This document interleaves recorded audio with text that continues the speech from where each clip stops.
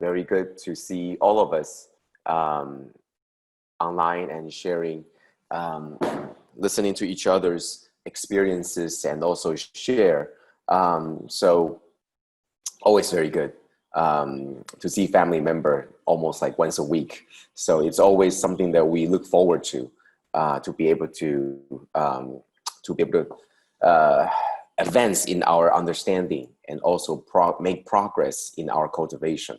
So today, as we were singing through the prayer song, I think there's always a part of us that are not only praying for the well-being of the world, but also helping for the well-being of everybody, including our master. So that's something that we always have in our mind.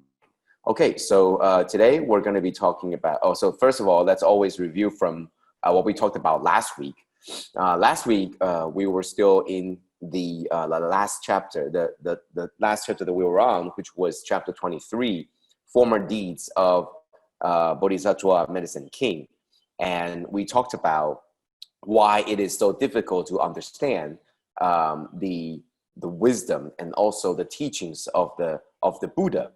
And back in chapter 2, we understood that we learned, well, now we didn't understand, but we learned that the reason why it was so difficult was because if we remain stagnant, if we remain using our old ways of thinking, if we continue to use the same way we were thinking, but we did not advance. So, for example, Master on the chapter of skillful means actually talked to us about, this is like measuring the distance between stars using a ruler.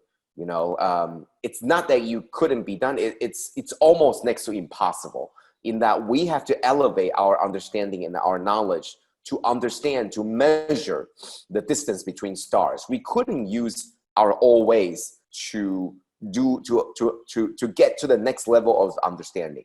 Same thing. How do you measure the depth of ocean with only the measuring cup? It's the same idea, that it would be impossible to learn. So we would have to elevate ourselves to understand, to make these new discoveries of new understanding, which we already have, but we just have to make the next stride. Instead of just staying at where we are, we have to make the next stride. And furthermore, in chapter 2, Master also talked about that it's the same as understanding the universe, that all matters on earth seem so permanent compared to our lives, which is probably about 100 years in terms of lifespan, where to the Buddha, it's actually not. It's actually all the matters on earth, they are not permanent, even though they far extend our lives, but they also have their abiding rules of nature as well. So all these are telling us that, indicating to us that there's so much more to understand, but are we ready to transform? Are we ready to go beyond where we understand our current knowledge, to go beyond? So most importantly, we have to keep an open mind, and we have to take action. While the mind is open, that we can receive more knowledge and learning, we have to take action to do what we need to do to learn, and that's how we can progress forward. So just like the water example that we kept on talking about last week, if you remember the analogy, is no matter where you fetch the water from, the stream, the river itself is very, very clean. It doesn't matter where you fetch the water from, you'll be drinking from the same source. And no matter how you learn Buddhism, whether you learn it from this master or that master, or whichever sutra that you like, or you enjoy, or you learn, or you understand, or no matter which Buddha you actually follow, whether it's our Shakyamuni Buddha, or it could be other Buddhas that from other worlds, etc. No matter which sutra you study, doesn't matter which path you follow, because ultimately, if you keep an open mind, and if you put it into action, then ultimately it's only going to lead you to the final path, which is always ending up on the same path, which is the Bodhisattva Path. That is why the Lotus Sutra is the final, it's the king of sutras. It will always lead you finally back to the same path, whether you start on different path or not. So if we keep this open mind, put this learning into the action and persist on this path, on this journey, then we will always end up on the same path. And that is why Master talks about how every day she sustained the life and sustained the energy to talk with her willpower. And no matter when the last day is, and no matter if Master is going to finish the Lotus Sutra or not, because it does not matter. Because it no longer matters because Lotus Sutra cannot be finished. It's boundless and infinite. And there is no limit nor end to this Lotus Sutra. And therefore, it's not about whether you can finish. It's about what you're going to do before your life, or what you can do with everything that you can. That's what Master says. And so going back to the river, that's just exactly like the river. The river will continue to flow without considering when it may run dry. As long as it's still running, it will continue to provide clean water. So that was from our last week. Going through some of the teachings. So this week, what are we going to talk about? Very good question, because there wasn't a live Xun Fa Xiang. So let us look back, right? Let us look back at all the things that we have seen so far, right? And back in 2019, and that was last year. And very quickly, it would be almost a year ago, right? It's about 10 months ago, because now it's September, right? We're already into September. Today is September 5th. So very, very quickly, time flew by very quickly. This was 10 months ago, right? 10 months ago, it marked the end of chapter 20. So that was when chapter 20, the never sliding Bodhisattva, the story of the never sliding Bodhisattva, right? And Master was about to prepare for the year-end ceremony around Taiwan. That was last year, November 8th. And let's all remember that, because from that day on, that was the last day of the live morning talk, Dharma talk. From that day on, the next live morning Dharma talk was on April 24th of this year.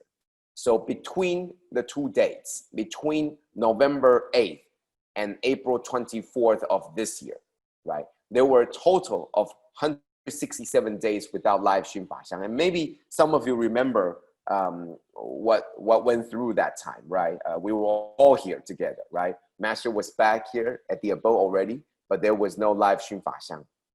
So there were a total of 167 days without this live Xun Fa Xiang. So from 24th to August 23rd, and that was only a couple weeks, last week, 2 weeks ago, there were exactly 4 months, right? April 24th to August 23rd. There were exactly 4 months and totaling 122 days, all of 122 days. And out of these 122 days, there were 109 days where Master gave live morning Dharma talk, okay? So, 13 days could be whatever reason, right? It could be many reasons, right? The lunar 15, the lunar 1st, and then there were times when there was the Buddha's birthday ceremony, right? So everybody had to leave early. And then there were times when the rain was loud, and there were times when the airplanes were flying too low. Okay, so there were all these various reasons why we couldn't get to listen to the live morning Dhamma talk. So there were 109 days. Okay, and Master gave this live talk covering chapters 21, 22, 23. And if you forgot what those chapters are, well, that's why we're here, right? So for August 24th to today, it has been 13 days without this live Xun Fa Xiang. And I think we're all very diligent. And I know that brothers and sisters, we still see the reruns from chapter 3. And it really brings back a lot of memory. It really brought back a lot of different perspectives too. So we should be thankful. Why are we thankful? Because it gave us time. It gives us time to catch up for all the past 122 days that there were much teachings that we missed, lost, or forgot already, right? If I tell you what chapter 21 was talking about, people might be thinking, do we really listen to chapter 21? Yes, we did. Yes, we did. It was, like I said, right? It was last of April going into June. So it was spanning 3 months, but total about less than 40 days, okay? So it's a great time to refill, to fill in the gaps, that the things that we missed, the lost things or the forgotten teachings. And then you will realize, actually, we didn't go very far, in that it's still the same river, okay? So the same message has always been there. We haven't gone very far. It's still the same river. It's still the same path that we're on. So today, we're going to go through chapter 21, the transcendent powers of the Tathagata. Okay, so we're on chapter 23, but now let's go back to chapter 21. And this was about, April. This was back in April, 5 months ago. Okay, a little bit 4 months ago, right? Almost 5 months ago. That's when we start this chapter, 5 months ago. And let's do a little bit of a review on what this chapter was talking about. There were 3 major lessons, 3 big lessons from this chapter, and we're going to quickly go through them. So lesson number 1, what are the transcendent powers of Tathagata? Okay, what are they? So first of all, I like to break it down into, right? So usually we talked about transcendent power. In a different way to translate this power, it's called supernatural power. Okay, so I'm going to use today the 2 words interchangeably. It's talking about the same thing. This power where we don't think we have. This power where we think some of the more higher, superior beings they have. So I'm going to use the word supernatural because I am going to explain what Master said, okay, into what the supernatural power really meant. So what are they? What does this power do? This power, okay, makes something that's impossible into something that's possible. It's very simple, right? If anybody asks you, this Tathagata has all these power that is, very, very supernatural. This is superstitious. And you tell them, no, what this power meant is making something impossible into something that is possible. Did we do that? Yes, we did. It was, for example, us talking right now through space to be able to talk right now. This was impossible in the years past.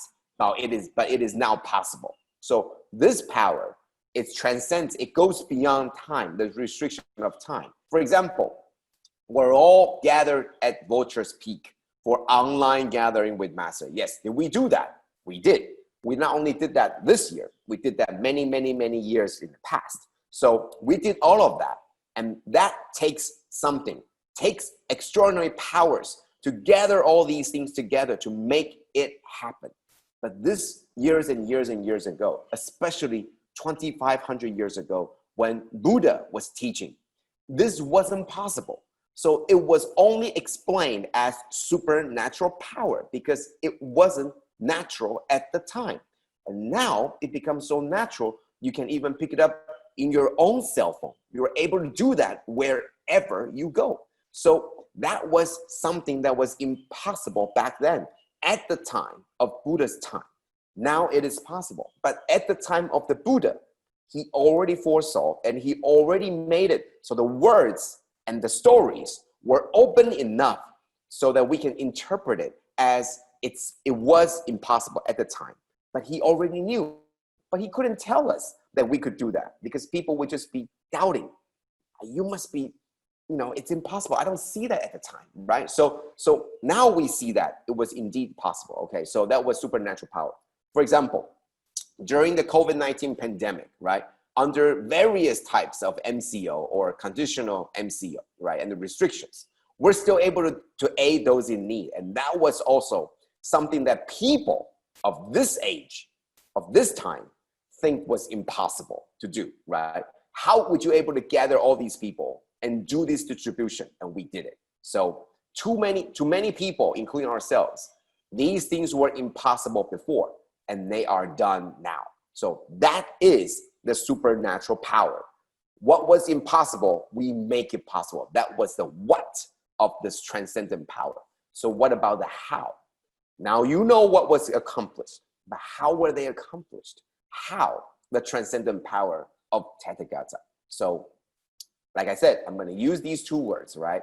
I'm going to break down the word supernatural because I don't know how to break down the word transcendent. So let me break down the word supernatural. Super, in a way, it's perfectly, adeptly applied and used. Like you would say, it's a superb job. That means whatever you did it perfectly, you did it wonderfully, you did it in a manner that was done perfectly. It was done very well. So whatever it was your skill, it was your resource, it was your energy that was perfectly applied and used. It's called super. Natural in a way, but it's natural. When you mix the two things, for example, you have 2 glasses of water, right? 2 glasses of water. One glass of water is mixed with red dye, so it's red. The other one is mixed with blue dye, so it's blue. When you mix the water into one big glass of water, you will not see a part of water that was red and the other part that was blue. You will see a completely mixed water, a glass of water that becomes one color, and I don't know what red mixed with blue becomes. I don't know. I'm sorry, what is it? Purple. Okay, purple. Okay, so you learn something every day. Okay, so red mixed with blue becomes purple. You don't see the water that is red, and you don't see the water that is blue. You see the water that becomes one. Okay, so that's natural. It becomes natural, okay? What does that mean? So let's move on. So perfectly apply and used. For example, your skills, your efforts are applied and used at the right time, at the right place, for the right people. That's called perfectly apply and use. And what does that mean? It meant super, right? Super means that the skills are applied and used at the right time, at the right place, for the right people. You're doing the right things at the right time that was needed for the right people that was requiring what you're doing. Natural, mixed thoroughly, that it becomes homogeneous. It becomes one. So for example, you and I, your effort, my effort, mixed thoroughly, no discriminating, no saying that that's your stuff, that's my stuff. No, it becomes one. It becomes one effort. This is not because of you only or because of me. Without me, it's impossible. No, it becomes one direction, one effort. There's no longer my color red or your color blue. It is only one color purple, okay? So that was the key, right? You and I, we all mix thoroughly, it becomes homogeneous, right? So when we do this, that's how we're able to do the impossible.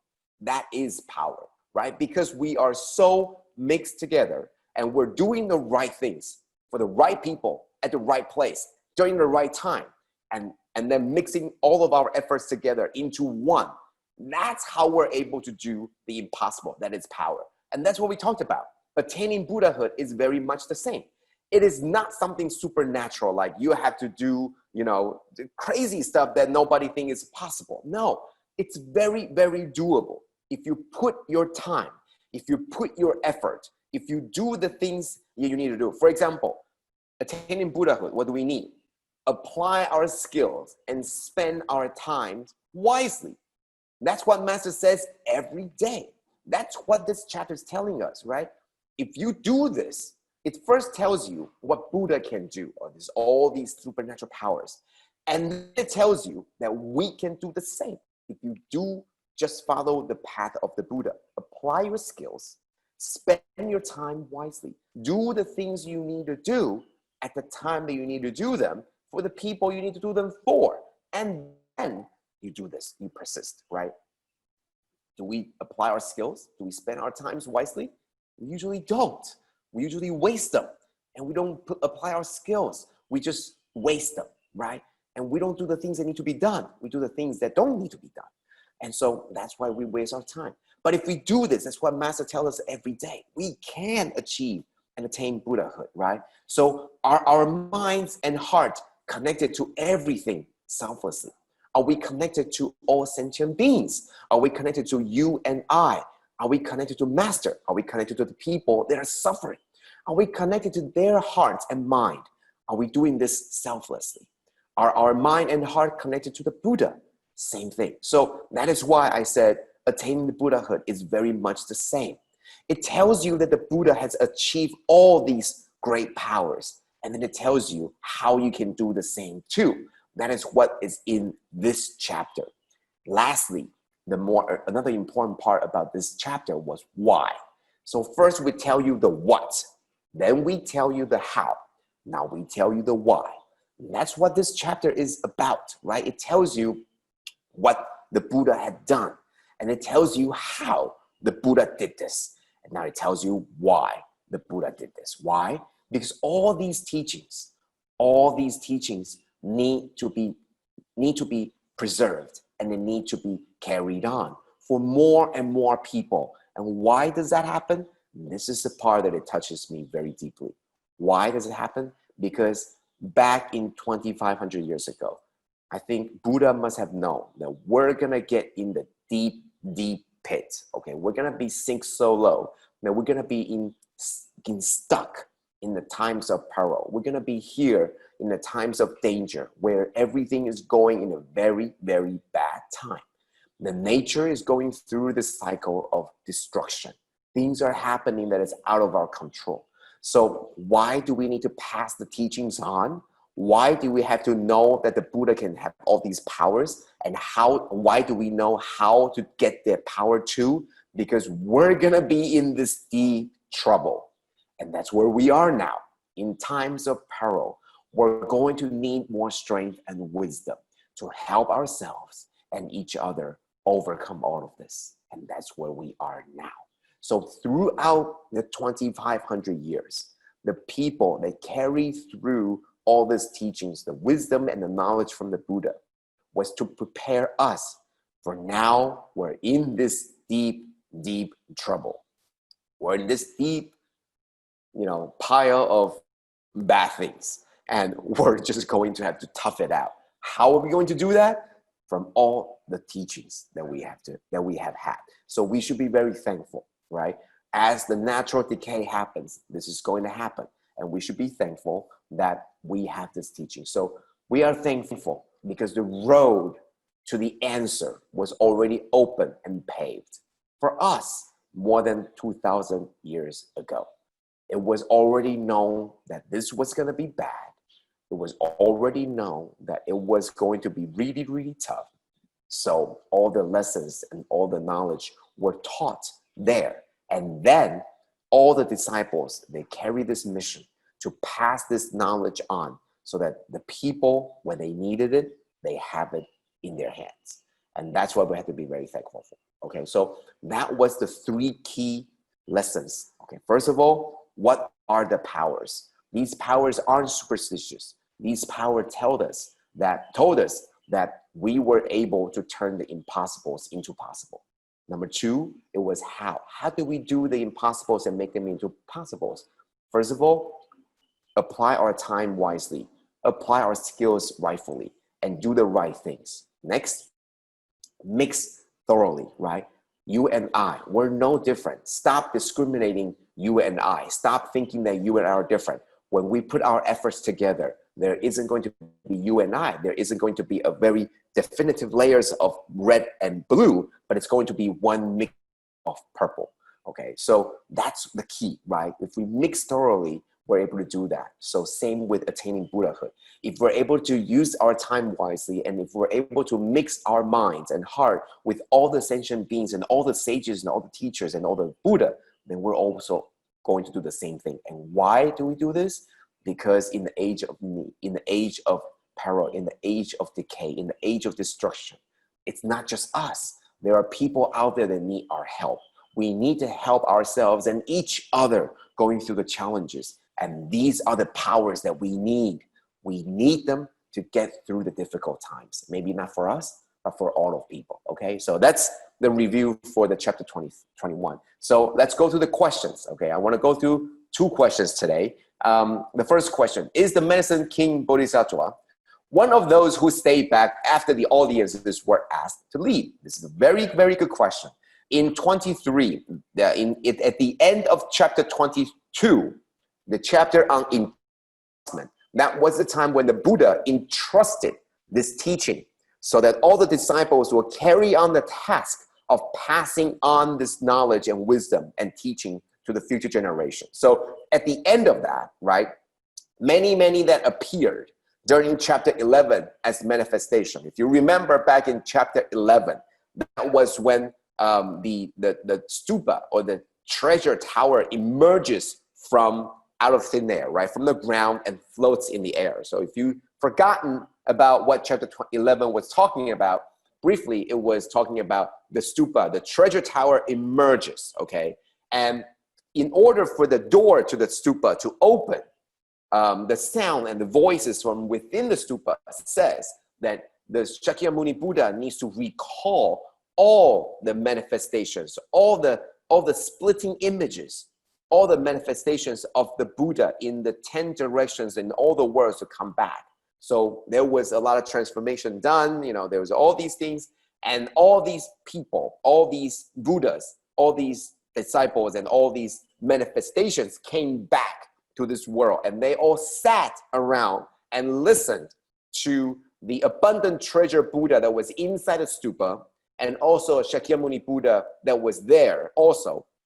They listened to all the teaching from these two Buddha and all the witnesses and all the teachings, okay? So that was when all of them came.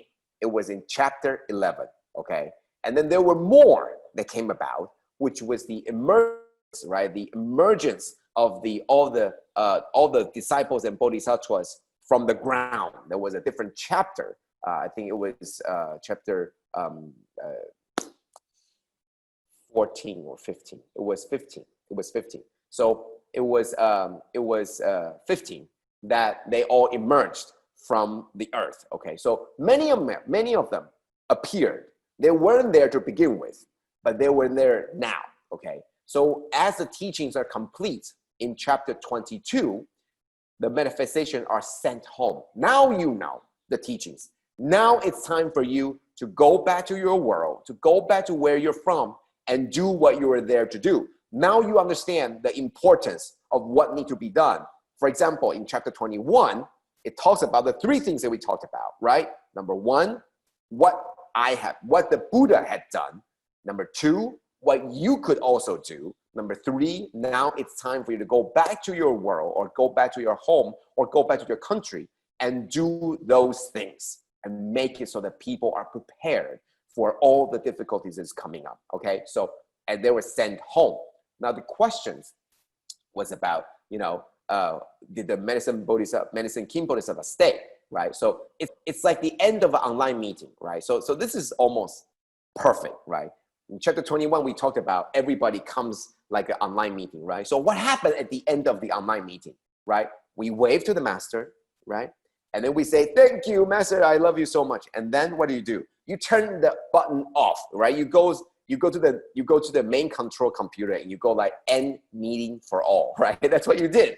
You end the meeting, and right away, what do? You snap back to where your reality, your world. You go back. You're no longer this online world with master, with all the people from different countries. You're not there anymore. You're back to your real world. You're back to your task. You're back to where you're sitting.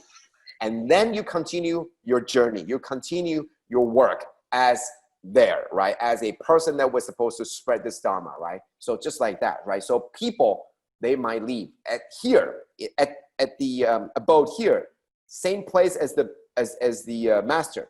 There are people, there were, technicians or, others.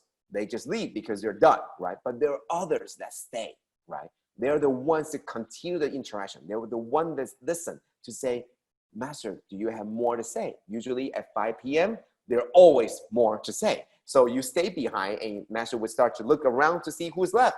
And then she began to say, well, you have an interesting story, and your name was Medicine King Bodhisattva, right? So why? Because Medicine King Bodhisattva was already there in the Sutra of Infinite Meanings. He was already there from the very, very beginning. Would you believe that? He was already there, right? So if you think about the entirety of this sutra, Lotus Sutra, right? So it first began as the Sutra of Infinite Meanings, and then it goes into the preface, right? The first part, where the Buddha went into samadhi, and it was between the two disciples talking to each other, right? And then it goes on and on and on and on and on and on and on until chapter 23, right? So whether it happens in 23 days or it happened in a very long time, we don't know.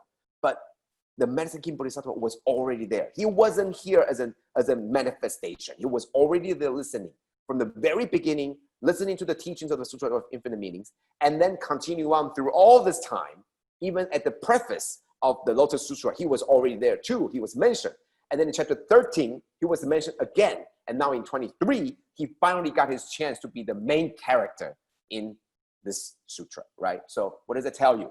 It tells you that if you're there, sitting there in a meeting, in an online meeting with Master, stay till the very end. You get your story shared by the Master, okay? So now we know. If you're here at the abode, and if you're there sitting in and listening to the Malaysia online meeting, right? Don't leave. It's done. Stay, stick around. And maybe Master would say, you're here. Why don't you tell us your story?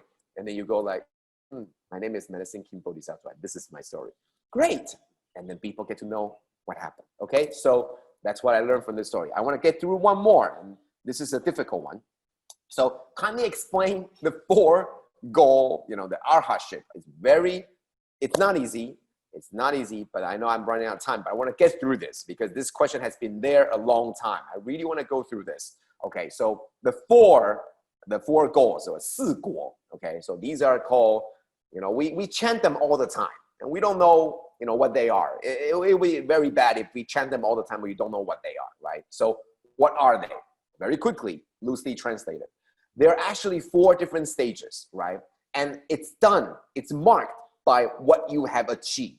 And the achievement is done by what you have removed, okay? So you achieve this because you removed so much. And it's actually something straightforward, right? If you're able to remove this entangling, attaching views of self, of a certain practice, and of doubt, if you're able to remove these 3 things, then you have sort of achieved this first level. The next level to achieve is if you continue from the previous level, and then you further lessening. Not only did you already remove all those things, but you lessen the 3 poisons, the greed, the anger, and ignorance, right? The third one, continue from previous 2, and then completely remove the greed and anger. And the fourth one is when you completely remove all 3 poisons. And then you achieve this arhat, which means that you already done everything there is to learn. There's no more for you to learn, and etc. Right? So these four layers, levels of achievement for the 4 goals of arhatship tells you the difficulties, right? So what I have learned from this, right? The steps of cultivation laid out the maps of difficulty. It tells you that first thing you need to do is to get rid of, remove the attached view of self. Make sure that you have the right practices. And do not doubt the path that you're on if you already find the right path, right? So continue on, be brave and be courageous. And it also tells us that the removal of the 3 poisons isn't easy. It takes further steps to completely remove them. First, it's only the lessening, and then finally remove them. And then we know that the ignorance was the last one to remove because there's always these things, the traces of remnants of this ignorance in our mind that was very difficult to get through. So you can always try to get through the greed, always try to get through the anger. Why? Because they are the fruits. The anger and the greed are the fruits of ignorance. You have to stop the fruits and eventually get to the roots and get rid of the ignorance. That was difficult, right? What also tells us is that once you get rid of these 3 poisons, there's nothing more for you to learn. Why? It's only left for you to do. Only through practice would you now be able to find more things in life to learn. There are no more textbook to tell you what else you need to do, but there are only things in life that will teach you. So it's almost like you graduated, right? So we learn about the people that have nothing more to learn. 无学, that's their people. Because you cannot learn this from cultivating yourself anymore. Now you need to apply among the people. That's when you begin your next levels of learning. And remember the very first thing we talked about? You need to get to the next level, transcend to the next level. Otherwise, you will be stuck in this area. That's what Master told us to do, is to move on, to transcend, to transform ourselves to the next level. Do not continue to measure the distance between stars by the ruler stick. Do not try to measure the depth of ocean by a measuring cup. You need to move on to the next level, right? And we're not there yet, right? We're so not there yet. But the first thing we need to do is to remove the attachment of self. That's what we're doing. Giving selflessly. That's what we do. Okay, so I want to go through these 2 questions very quickly. And I want to also review chapter 21. And next week, hopefully, we will get back to live stream Fa Xiang. But if we not, then we will continue the review, as we are very grateful, thankful that we have the time to refill all the things that we lost and forgot. Thank you so much. That's my sharing. Good morning, Hualien Dharma Sufus and Dharma team, brothers and sisters around the world. My name is Adeline, or in Chinese they call me Ping Ping, from Lahadatu, Sabah. I'm actually very nervous because I'm not very good in expressing or choosing the right word. I will try to share my story and hope brothers and sisters can understand what I'm trying to express here. During the MCO, I actually take the opportunity to try to join the morning Sim Fa Xiang online. And I still remember the date, 12 April, was my first time joining the morning discussion session after Sim Fa Xiang. And Sister Tzu Chi actually requested me to give a short sharing. And during this session, I expressed that I admire our Tzu Chi brothers and sisters in West Malaysia, able to have the opportunity to extend help, aid to the needed family, working hand in hand in preparing the face shield, sewing gown for the frontliners. Whereas here in Lahadatu, I felt so helpless. I think much can contribute.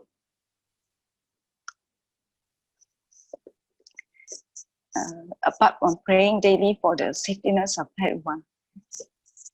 Shy to say that that was my first and last time joining this Sim Fa Xiang discussion group. Maybe my complaint was heard, because immediately after that, that I received a phone call from our Tower branch head sister-in-law, sharing that someone from Lahadatu had actually called up to Tzu Chi KL seeking for food supply. Sorry, I get so emotional. To many villages where most of the villages is short of food supply. As most of the villages are without IC, thus cannot come out to get food as usual, and no income due to no work. Sister-in-law asked whether myself and my home brother, Ronald, or Tzu Chi in Mandarin, can help to go into the villages to survey the situation. I dare not promise sister-in-law immediately. I explained that during this MCO, there is restriction to move around, as one car limit to one person only. Furthermore, we are not sure where is the village's exact location and how safe it is to enter the villages. But the next day, we made effort together with another of my brother, Dr. Yo, to meet up with this starter, who made phone call to Tzu Chi KL to understand the village's location. Following a week later, Sister Lo requests me and my home brother to attend a Zoom meeting with Sister Iko Chen. During this meeting, Sister Iko Chen explained that since their villagers are suffering from hunger, then we have to extend our great love to help them. So Sister Iko Chen asked both of us whether can we handle and can carry out this aid relief task without the help or assistance from Tower branch. Due to the MCO restriction, our Tower branch volunteers are not able to travel into the street, means cannot drive to Lahadatu. Furthermore, both of us are just only a gray shirt Tzu Chi volunteer.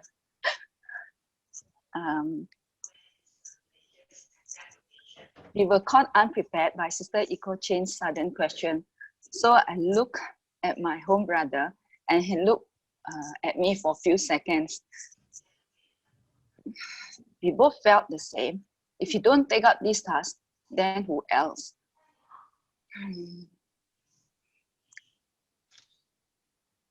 Our Tao brothers and sisters are not able to come, and we both know that our Lahadatus volunteer is very limited. Active volunteers are less than 10. And during this coronavirus pandemic, some of them will not be able to join due to age and some due to family issues. So we say yes to Sister Eco's Cheng without consideration. Because we also cannot go to work, might as well use the time to do good deed.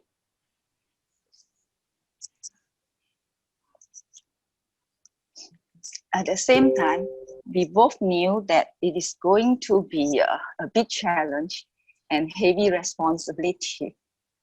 We did share our worries with Sister Eco Chen that we both have no experience in any aid relief activity before and don't know how to start or what to do. But Sister Eco Chen assured that we can do it. So both of us start to call our friends and other Tzu Chi volunteers to invite them to participate in this aid relief. But it didn't work as most of them did not come out due to this coronavirus pandemic. We were lucky to have Brother Dr. Yo, Brother Teo, Sister Tai, and Brother Cheng to join us. Total 6 of us only. Great gratitude to our brother Dr. Yo for successfully obtained special permit from the local welfare department for Tawa Lahat Datu Tzu Chi volunteer to travel to Lahat Datu. Our wish was granted. 4 commissioner volunteers from Tawa are able to come to Lahat Datu to guide us for this aid relief. So on 1st May, by following the SOP to protect ourselves, 10 of us, together with the same heart and mission, we split in 2 groups. Group 1, 6 volunteers to Kampong Ai for home visit, and Group 2, 4 volunteers to Kampong Sabah Baru for home visit and later continue to carry out the food aid relief. I was in the Group 2 to Kampong Sabah Baru. After the very same day, after doing the home visit, we straight away distribute the rice and cooking oil to the qualified families. It was our first time, so it was quite not that smooth and not that well controlled. But we managed to get through. Then on 2nd May, we distribute food and aid to Kampong Ai. And on 3rd May, we continue to distribute food aid to Kampong Panji Lao. Pra Lao, which I'm going to share briefly today. Pra Lao is a group of villagers living on boat floating on the sea. They have no citizenship in any country. These Pra Lao mostly originate from Philippines and mostly cannot speak our language. Some also don't understand our Malay. So communication is actually a barrier. They will become party, pendatang asing tanpa izin, when they step into our Sabah land. Thus, the local authority will catch them if they are unlucky. So these Pra Lao cannot find any job locally and also cannot receive any education. So in order to survive, most of the females family members become beggar from very young age, going along the road begging for money or food. The men will go to the sea to fish. We had informed these Kampong Panji Lao villagers that we will be distributing food aid to them on 3rd May morning and had arranged for them to get ready 3 boats for us to store the food supply, which is rice and cooking oil. Sister switching first slide, please. These are vehicle and a lorry carrying the food supply. But that morning, when we arrived, we actually overlooked to consider the seawater level. And unfortunately, that morning, the water level was at low tide. Thus, the 3 boats are not able to come near the shore. So we have to quickly look for another alternative route to deliver the food supply into this Kampong Panji Lao. Next slide, Sister Tzu Chi. So We actually considered the nearby jetty, but we saw the conditions not safe. Then we saw this big gate nearby the initial route to this Kampung Panji route. So we tried shouting or calling, hoping someone from the other side of the gate can hear us and open the gate for us. At this moment, the rain started to pour. And because we are late, two of the proud loud had actually came out to look for us and heard our shouting and went to seek the private property owner to open the gate for us. After sharing, explaining whom we are and purpose, the owner gave us permission and opened the gate for our vehicles and lorry to enter this Kampung Panji Lao through his land. Our sincere great gratitude to this owner, whom didn't want to be named, for his great kindness. Next slide, Tzu Chi. As it's quite a big undeveloped land, high bushes and trees are grown, we don't know which direction is the way to Kampung Panji Lao.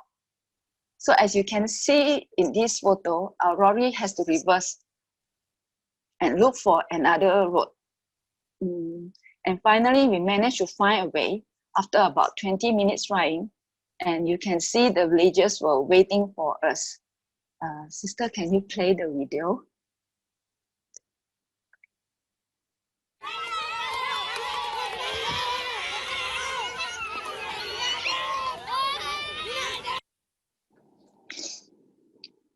I was amazed and touched with the villagers welcoming, laughing, and children shouting, "Yeah, yeah, yeah!" Jumping happily, seeing us.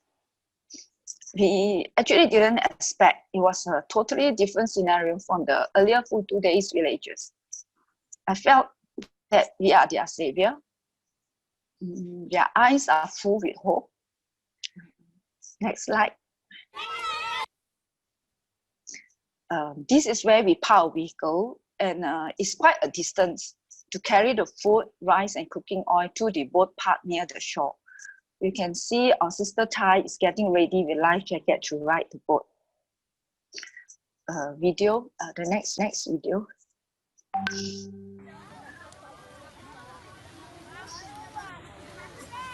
I actually took this video with this little girl walking on the small, shaking, small, narrow wood plank, their so-called bridge, going home. As you can see that they are living in poor hygiene environment. A lot of rubbish are floating underneath their home. I actually was amazed with this little girl is so brave to walk through their self-built bridge without falling. I would not be able to balance myself nor the courage to walk on this narrow bridge. Next slide.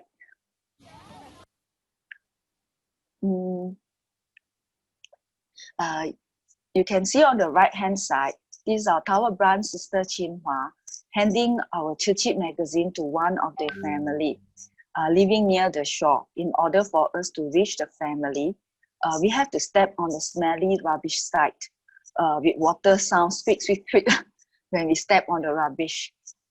It didn't cross our mind that we actually are walking on the smelly rubbish.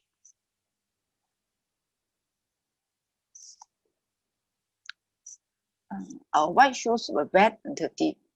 We only want to quickly deliver the food.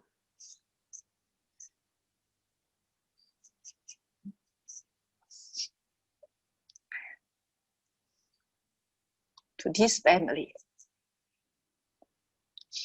to see their smile. This family was not able to speak or understand us, but they greet us with sincere smile.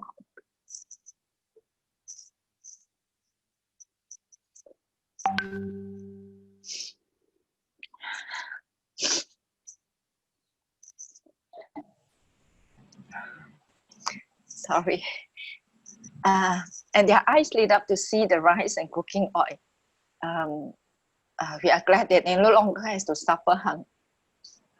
I actually returned to take a photo of them, and to my surprise, I saw the mother flipping through our Tzu Chi magazine to her two children. To me, it was a touching moment, and they show so much interest towards our Tzu Chi magazine. If only they can read the stories. Next slide. Further away from the shore, we saw this unique house floating on the sea. Does it look like a house? Indeed, it's a home to this old uncle, whom cannot walk, but because he would like to get our attention, he uses his strength to stand up so that we can see him. This uncle waved and waved at us. I had to zoom in order to capture his face more clearly. His house is so fragile, no roof, just a few pieces of torn recycled cloth.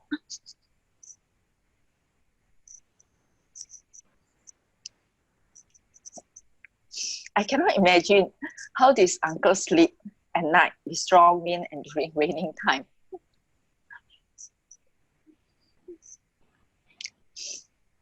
Next slide.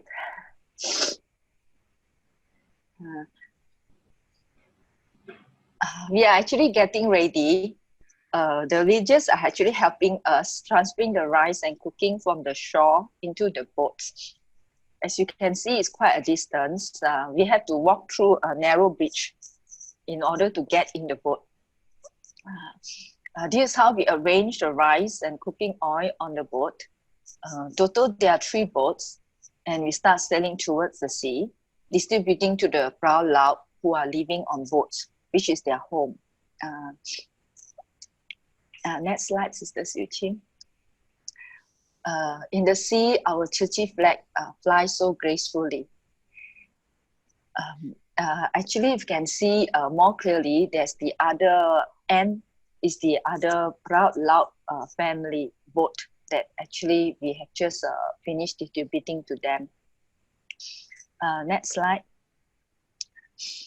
This family, this is also one of the proud Lao family boat house. You can see there's no roof. And then this is one of the family that our brother Dio distribute rice cooking oil to them. Mostly they can't speak, we cannot communicate with them. So behind Brother Teo is actually one of the villagers who can understand our language, and he is our translator. Next slide.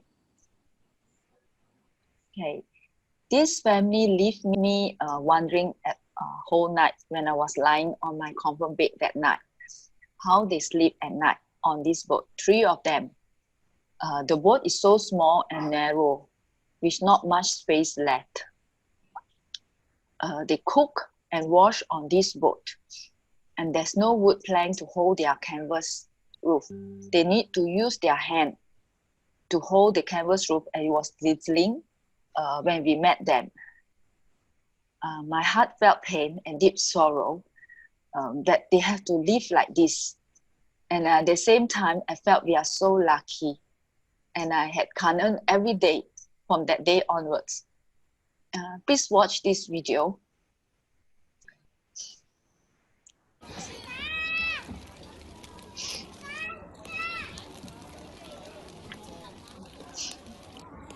As you can see, the boat is indeed very small.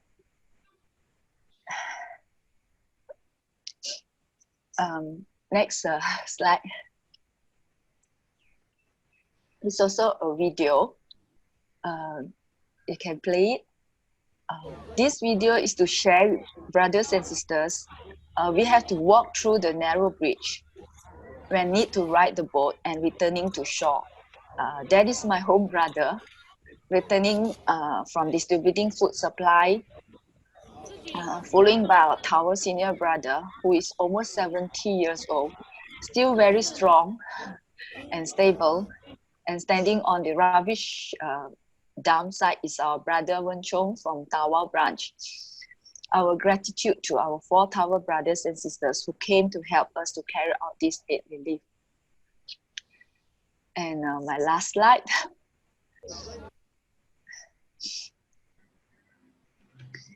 You can see the bridge is so long. That is the bridge, as you can see from the photo, is that all of us have to walk through, and also the rubbish dump around it. So I can only say Kan'en express to our Tawau and Lahadatu brothers and sisters who may participate in this food relief aid. Kan'en.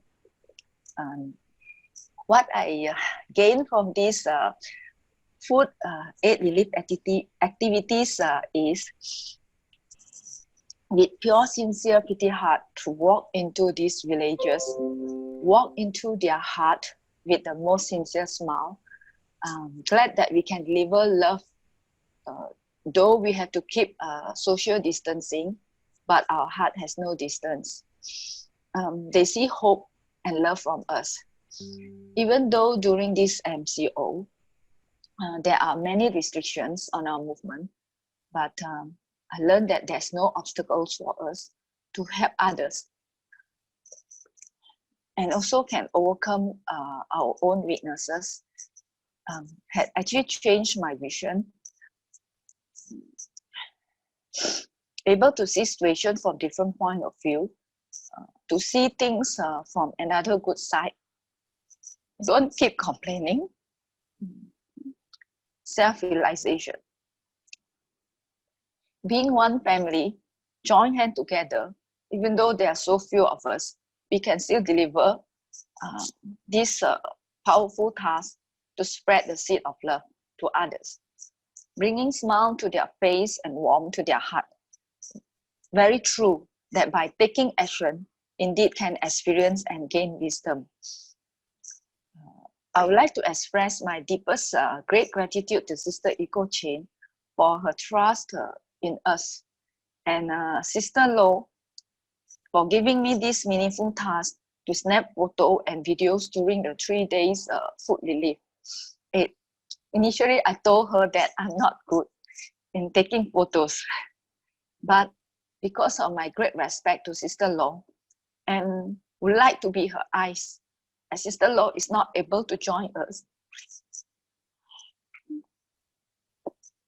I tried my best to capture every moment to show Sister Lo, without realizing that the photos I took is so useful to Tzu Chi's media team, and also can share here today with all of you. I realize if we put our sincere heart in doing something, somehow or rather, the job can be done smoothly.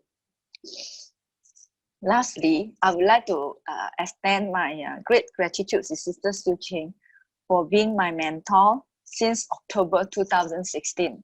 She never gave up on me. Every day without fail, will keep in touch with myself. Sister Tzu Chi is very diligent. Daily send me Jingse aphorism, which always came at the right timing to boost motivation in my daily life routine. Wu Sen Kan and Sister Tzu Chi. Today, I have the courage to share here. It's also from Sister Tzu Chi's encouragement and confidence in me. That's all today sharing. I'm sorry because I'm very emotional. That's why I seldom able to speak publicly. Okay, Kan'en. Sister Adeline, I think there's not much for me to say in that you're really a role model for us to learn from, and you're truly the embodiment of such supernatural power. And you know, even though you're afraid that you're going to be emotional, but you indeed bring all of us to be as emotional as well, to be connected to those people that indeed, just like, you know, the mixing of water, we are all very fortunate because we didn't have to live on the canoe. We didn't have to live on a small boat, you know, having to use our hands and having food running out, or having to live in a very small shack where it's on top of this water or it's beach and you can't even make out it's a beach. And I think only when you have gone through there, would you able to truly understand, and through your eyes, we're able to be connected to them and to be truly understanding the path, that indeed what we're doing is the right thing. So I think, it's many thanks to all the people that made this possible, especially to you and to Sister Xiu Jing for believing in you. And we do need to hear more from you, because, your stories are very uplifting. It's so courageous. How many of us would be turned away when the gates weren't open? How many of us will be, how many of us would still march on when you were in that, in the gate now, and you have no idea where to go? How many of us will be turned back when you were under the MCO and you were told that you couldn't do these things? And how many of us would turn back when we see the very narrow bridge and the wooden plank with all the litters and all the water? How many would turn back and say, you know what, you guys go? We can't go through. I was never very good on the balance beam, and we will fall, right? And so none of you turned. None of you said no to this, and I think that's something that we ourselves couldn't do. And so thank you for sharing that story with us, because we all need that. We all need to see that we have this supernatural powers, and you didn't turn back. And I think that was the courage, and that was the bravery that we see in the supernatural powers. So thank you for showing us that we have that too. Like, we could be talking about the Lotus Sutra all the time, about the Buddha telling us that we could do it, and how many of us actually can do it. And you show us that you can. You can. You walk through it. You were on the boat. You were fearless, and then you saw the kid. Isn't that the three things that we talked about today? Seeing that others can do it, and then we ourselves do it ourselves, and then we pass this teaching on. And so you saw the mother and teaching to the two kids, the magazines, and you wonder, do they understand? But trust me, they do, because the seeds is already in. And I think that was, it was the perfect embodiment of this chapter. So thank you, Sister Adeline. I think we do want you to share more. It's always good to have the tears wash clear our eyes so that we can see more clearly. So it's always good to have cry a little and to have tears. It's always nice. So thank you, Sister Adeline.